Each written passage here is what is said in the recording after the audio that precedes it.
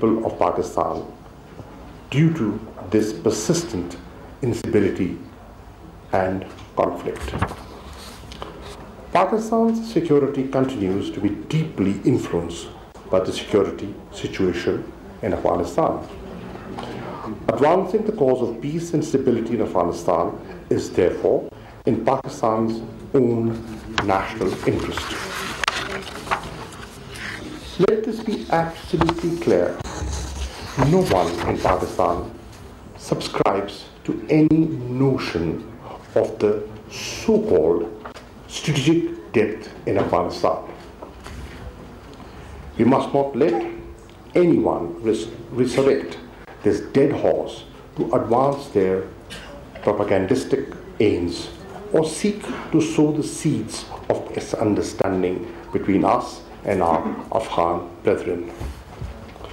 We wish to see a friendly Afghanistan governed by an elected leadership representative of the aspirations of all Afghans.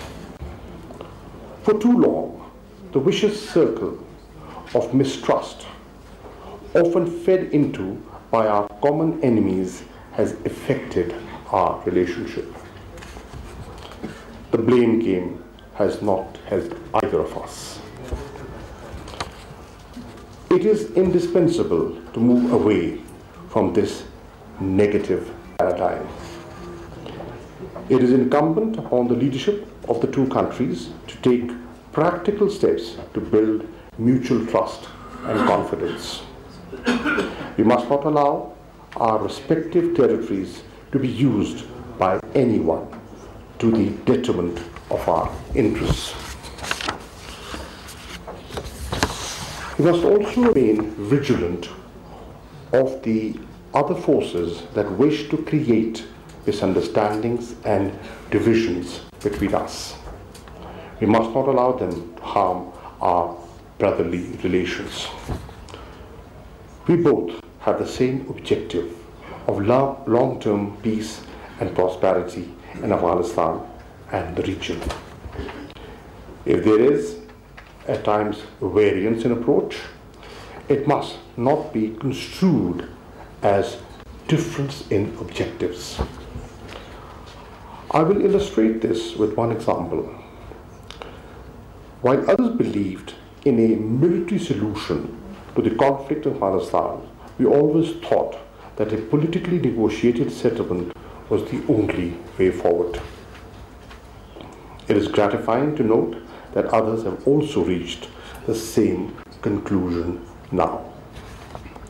Pakistan has wholeheartedly facilitated the Afghan peace process in good faith and as a shared responsibility, and will continue playing its due role. Our support has been crucial in overcoming the political stalemate that looked impossible to break just a year ago. Prime Minister Imran Khan has for long been personally committed to peace and reconciliation in Afghanistan. My first visit after assuming office again in August 2018 was to Kabul. I have since visited Kabul 3 times. I also visited other regional countries including China, Russia, Iran, Turkey, Qatar, Saudi Arabia, Oman and the UAE in an effort to build regional consensus on the ongoing peace process. While efforts of all stakeholders are important, we do believe that the ultimate arbiters of the future of Afghanistan are only the Afghans themselves. We appreciate the progress achieved by Afghanistan over the past 18 years despite enormous challenges. It is critically important to preserve these gains and in fact build on these achievements. Strengthening of democratic institutions in Afghanistan and progress on human rights. particularly women empowerment. Pakistan will continue to deepen its engagement with all sections of the Afghan society and their representatives in further cementing these achievements as per expectations of the people of Afghanistan. In addition to playing our role in the peace process, Pakistan also remains committed to the Afghan reconstruction and development efforts post-settlement. We stand ready to help Afghanistan through trade, investment, connectivity, and capacity building of the Afghan people. We are committed to enhancing people-to-people contacts and cultural exchanges.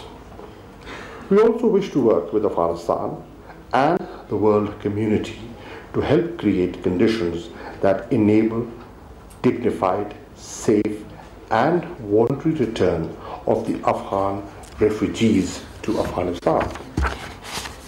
Distinguished participants, today Afghanistan is at the crossroads of peace and stability.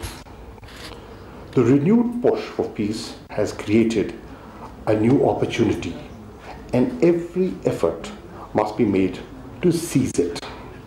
We cannot afford to miss this rare opportunity.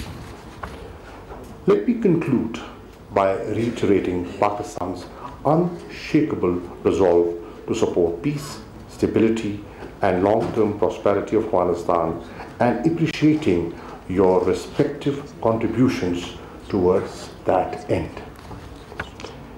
It is the leadership of the country that can steer it out of conflict and put it on the path of stability and prosperity. This is a test of the wisdom and sagacity of everyone involved. The people of Afghanistan are looking towards their leaders, including all those present here, with the hope for a better future, a future that they see, that they so earnestly deserve. I thank you all for being part of this endeavor for the peace and stability of Afghanistan.